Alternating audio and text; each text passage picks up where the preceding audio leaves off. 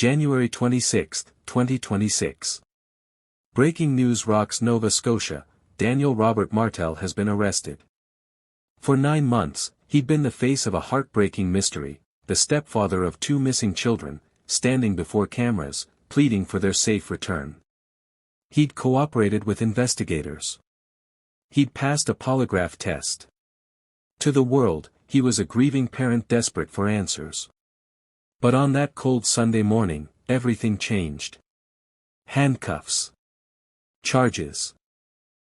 A carefully constructed image shattered in an instant. The arrest wasn't for the children's disappearance, it was for something else entirely. Something that would force investigators and the public to ask a chilling question: if this is who Daniel Martell really is, what does that mean for 6-year-old Lilly Sullivan and 4-year-old Jack Sullivan, who vanished without a trace on May 2, 2025? This is the story of 2 children who disappeared from their home in Lansdowne Station, Nova Scotia, leaving behind only questions and a pink blanket hanging in a tree. And this is the story of the man who stood at the center of it all, until his arrest revealed the truth about who he'd been all along. Before we dive into this case, if you're new to the Case Files Collective, hit that subscribe button and turn on notifications. We cover the cases that demand attention. Now, let's go back to where this nightmare began, May 2, 2025. May 2, 2025. A frantic 911 call from Lansdowne Station, Nova Scotia, reports 2 children missing. 6-year-old Lilly Sullivan and her 4-year-old brother Jack have disappeared from their home. Their mother, Malihia Brooks Murray, is desperate.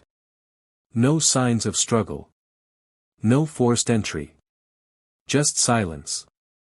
The call came in during the late morning hours, a mother's voice cracking with panic as she told the operator that her babies were gone. Lilly, wearing her pink sweater, pink pants, and pink boots, had vanished. Jack, just 4 years old and barely tall enough to reach the doorknob, was gone too.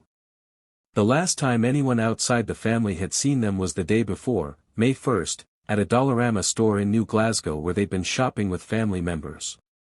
Emergency responders arrived to a scene that offered no answers. The Sullivan home, located in the rural hamlet of Lansdowne Station in Pictou County, sat surrounded by dense woods and isolated properties. If the children had wandered off, they could be anywhere in the vast wilderness. If someone had taken them, there were no witnesses, no security cameras, no digital footprints to follow. The home showed no signs of forced entry. Nothing appeared disturbed. The children's belongings were still there. Toys, clothes, the everyday evidence of 2 young lives suddenly interrupted. It was as if Lilly and Jack had simply evaporated into thin air, leaving behind only questions and a family in shock. Within hours, the search began in earnest. Ground search and rescue teams mobilized, combing the woods and fields surrounding the property.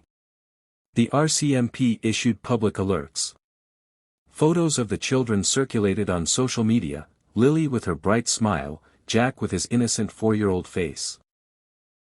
And at the center of it all stood Daniel Martell, the stepfather, telling investigators and reporters alike that he had no idea where the children could be. The day before their disappearance, May 1, 2025, Lilly and Jack were seen at a Dollarama in New Glasgow with family members. It was an ordinary outing, a trip to the store, nothing unusual. By the next morning, they would be gone, and that simple shopping trip would become the last confirmed public sighting of the children. May 1 had unfolded like countless days before it. Spring had finally arrived in Nova Scotia, bringing longer daylight and warmer temperatures to Pictou County. Families were out and about, shaking off the winter hibernation. For Lilly and Jack, the Dollarama visit was likely just another errand in a day full of them. Security cameras captured images that would later be studied frame by frame. 2 children alive, moving, completely unaware that within 24 hours, their faces would be plastered across missing persons bulletins. What happened in the hours between that shopping trip and the 911 call the next morning remains one of the most frustrating gaps in the investigation. The children returned home to Lansdowne Station, a tiny community where everyone knows everyone and strangers are noticed immediately. The evening passed. Night fell. And somewhere in those quiet hours, Lilly and Jack Sullivan disappeared. There were no reported arguments. No disturbances that neighbors recalled. No vehicles seen coming or going at unusual hours. The rural location meant houses were spread far apart, privacy was abundant, and what happened behind closed doors stayed behind closed doors. In a city, someone might have heard something, seen something, noticed something out of place. But in Lansdowne Station, the isolation that usually felt like peace became a liability. The children could have vanished in complete silence, and no one would have been close enough to know. Daniel Martell's account to investigators was straightforward: he'd been home that evening. The children had been there. Everything was normal. He went to bed. When he woke up, they were gone. It was a simple story, clean and uncomplicated. Perhaps too clean. But in those early hours of the investigation, with search teams mobilizing and hope still high that the children had simply wandered off, his account was accepted at face value. The last night Lilly and Jack spent in that house remains a black box. What did they eat for dinner? What was the mood in the home? Were they scared? Were they safe? The answers to these questions exist only in the memories of the people who were there. And one of those people isn't talking the way investigators wish he would. Volunteers descended on the remote property within hours. Bloodhounds tracked scents through dense woodland. Helicopters with thermal imaging scanned the forest canopy. But the Nova Scotia wilderness seemed to have swallowed the children whole, leaving investigators with more questions than answers. The search for Lilly and Jack Sullivan became one of the largest mobilizations Pictou County had ever seen. Ground search and rescue teams from across Nova Scotia converged on Lansdowne Station, bringing trained dogs, specialized equipment, and hundreds of volunteers willing to walk grid patterns through unforgiving terrain. The woods surrounding the Sullivan property were thick with underbrush, dotted with streams and ravines, and vast enough to hide secrets for generations. Bloodhounds picked up the children sent near the home and tracked it into the forest, but the trail grew cold quickly. In dense woodland, scent dispersal is unpredictable, affected by wind, water, temperature, and time. The dogs would catch a trace, follow it eagerly, then lose it again.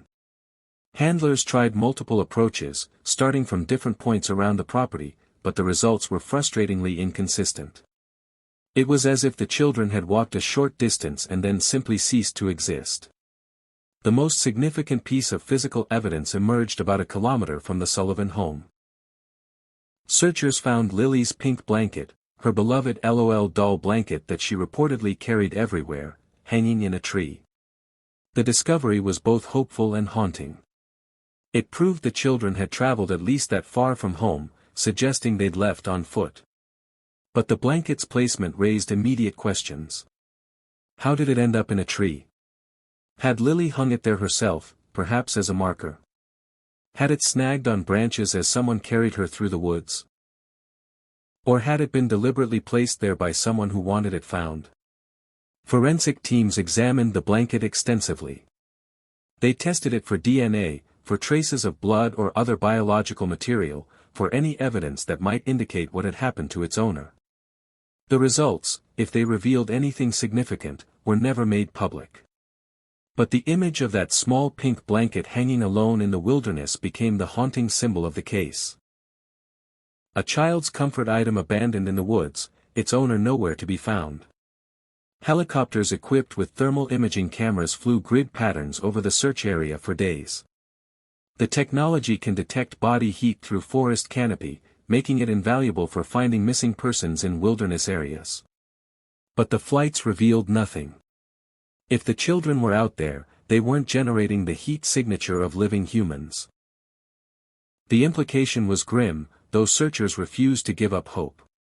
Bodies retain heat for a time after death, but after days in spring temperatures, even that window had closed.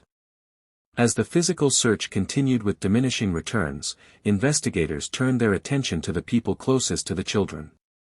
And at the center of that circle was Daniel Martell. He participated in searches, distributed flyers, and spoke to media outlets about his missing stepchildren. On camera, he appeared cooperative, concerned, and confused about what could have happened. He made appeals for information, urged anyone who might know anything to come forward, and insisted he would do whatever it took to bring Lilly and Jack home. But behind the scenes, investigators were noticing things that didn't quite add up. Martell's timeline had inconsistencies, small ones, the kind that might be expected from someone under extreme stress, but inconsistencies nonetheless. His emotional responses seemed oddly calibrated, as if he were performing grief rather than experiencing it. When asked to take a polygraph test, he agreed immediately, and he passed. Polygraphs aren't admissible in Canadian courts and are controversial even among law enforcement, but passing one tends to reduce suspicion. For months, that test result provided Martell with a shield of credibility. By July 2025, 2 months after the disappearance, the RCMP made a statement that shocked many following the case. They announced that the investigation was not believed to be criminal in nature. The implication was clear: police didn't think the children had been abducted or harmed. They believed Lilly and Jack had wandered off and met with some tragic accident in the wilderness. It was the official position, and it meant the focus shifted from criminal investigation to recovery operation. But not everyone was convinced. Veteran investigators know that polygraph tests can be beaten, especially by individuals with certain psychological profiles. Those who'd been watching Daniel Martell closely noted that his public persona seemed almost too perfect, too controlled, too rehearsed. Every statement sounded carefully crafted. Every appearance seemed calculated for maximum sympathetic impact.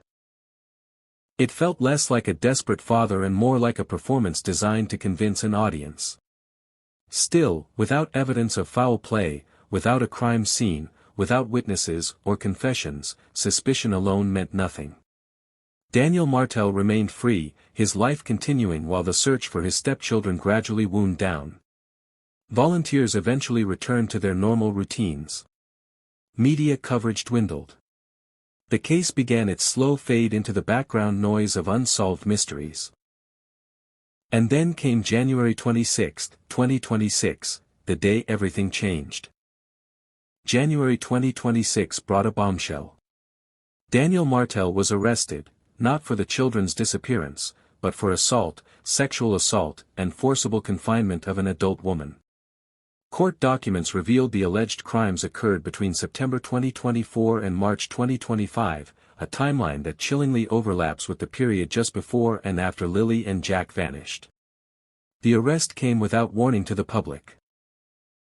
On January 26, 2026, RCMP officers took Daniel Robert Martell into custody and charged him with 3 serious criminal offenses involving an adult woman whose identity remains protected by court order. The timeline was impossible to ignore: September 2024 to March 2025. The children disappeared on May 2, 2025, just 6 weeks after the alleged violence ended. The charges painted a disturbing picture. Assault. Sexual assault. Forcible confinement. These weren't crimes of impulse.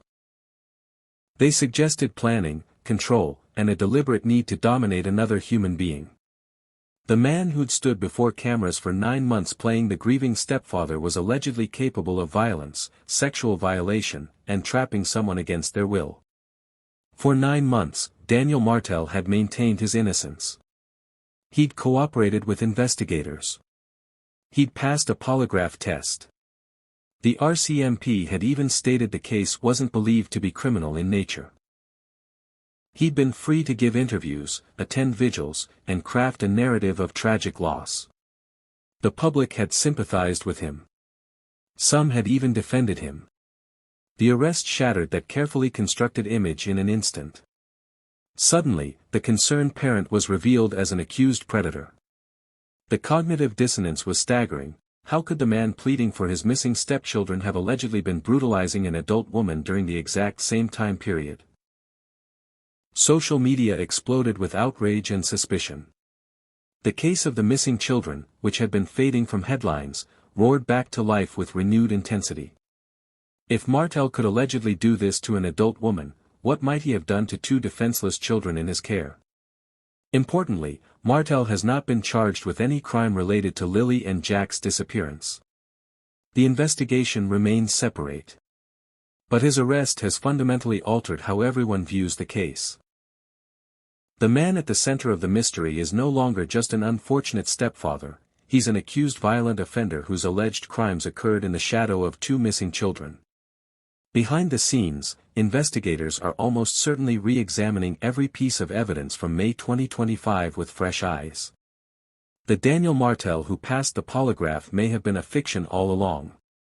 The mask had finally slipped, and what was underneath terrified everyone who'd ever trusted him.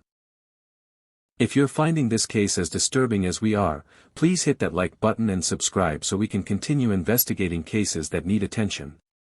Your support helps us tell these important stories.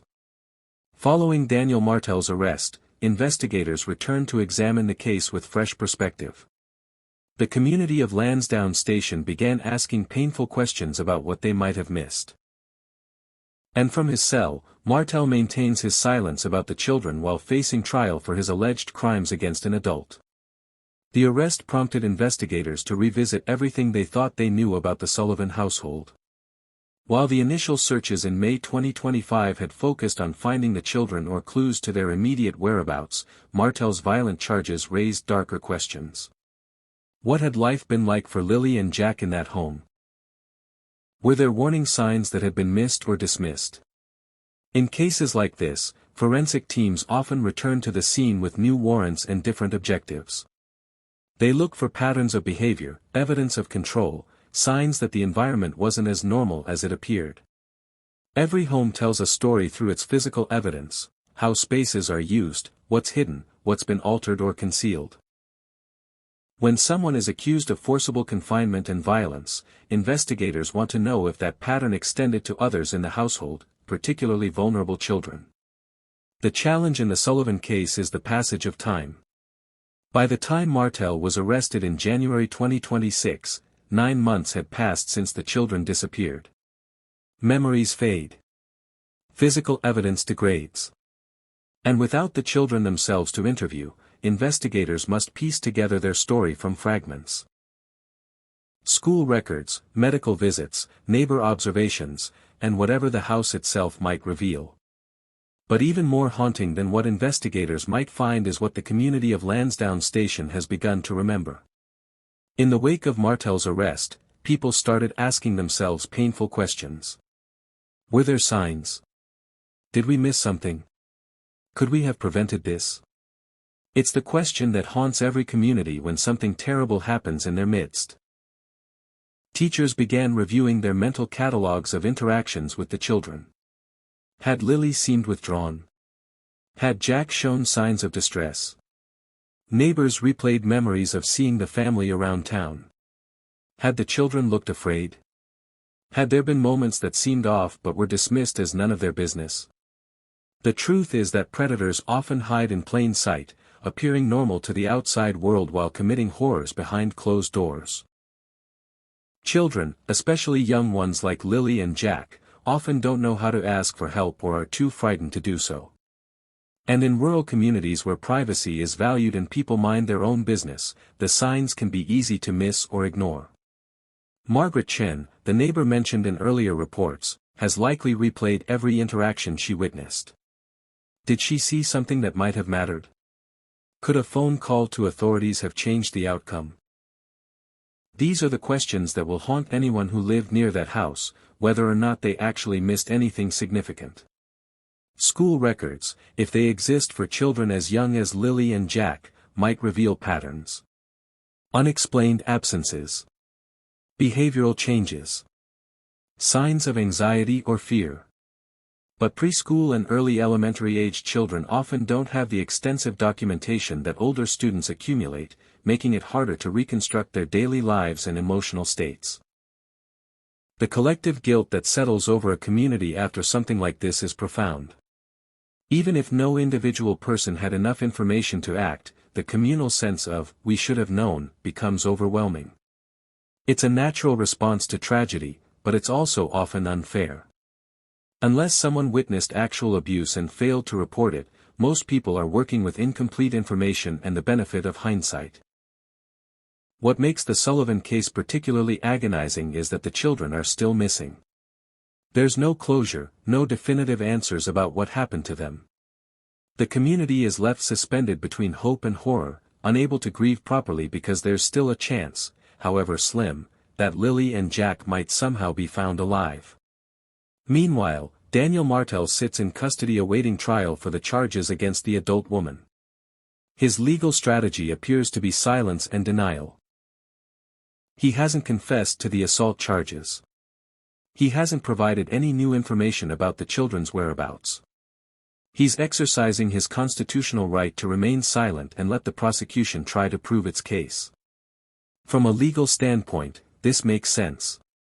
Anything he says can be used against him. If he admits to the assault charges, it strengthens the prosecution's case. If he provides information about the children that incriminates him in their disappearance, he could face additional charges.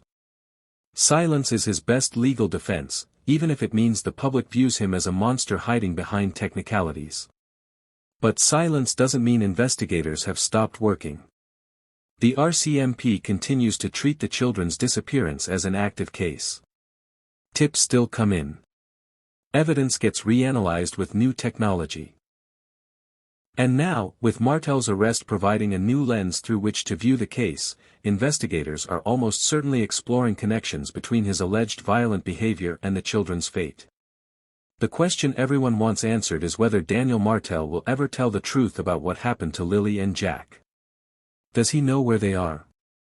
Did something happen in that house that he's been hiding for nearly 2 years? Or is the truth something different entirely? An accident, a tragedy unrelated to his alleged violence, something that even he might not have full answers for. For now, the silence continues. Martell isn't talking. The children aren't found. And a community waits for answers that may never come. What time is it where you are? Let us know in the comments below. Lilly and Jack Sullivan remain missing. Search teams still comb the endless forests. Their mother visits the tree line daily, calling their names into the void. Daniel Martell awaits trial for his violent crimes. But the children's fate? That answer sleeps somewhere in the Nova Scotia darkness. Nearly 2 years have passed since that May morning when 2 children disappeared from their home, and the forests around Lansdowne Station continue to keep their secrets.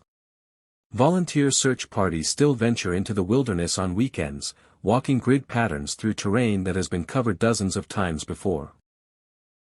They know the odds are slim, but they search anyway, because giving up feels like abandoning Lilly and Jack all over again. The children's mother, Malihia Brooks Murray, has endured what no parent should ever face, the complete disappearance of her children with no answers, no closure, no way to grieve properly or move forward. She divorced Daniel Martell after his arrest, severing her legal connection to the man she once trusted with her family. Daniel Martell's trial on the assault charges is moving through the court system. If convicted, he faces significant prison time for the alleged crimes against the adult woman. But even if justice is served on those charges, it does nothing to answer the question that haunts everyone: what happened to Lilly and Jack? The RCMP maintains that the investigation remains active. Tips still come in, though less frequently than in the early days. Forensic technology continues to advance, offering hope that evidence previously examined might yield new insights. And investigators continue to work the case, knowing 2 children deserve answers. The pink blanket found hanging in the tree remains one of the most haunting pieces of evidence. It proved the children made it at least a kilometer from home, but it raises more questions than it answers. The forest beyond that location has been searched extensively, but Nova Scotia's wilderness is vast and capable of hiding secrets that may never be discovered. The community of Lansdowne Station carries the weight of this tragedy every day.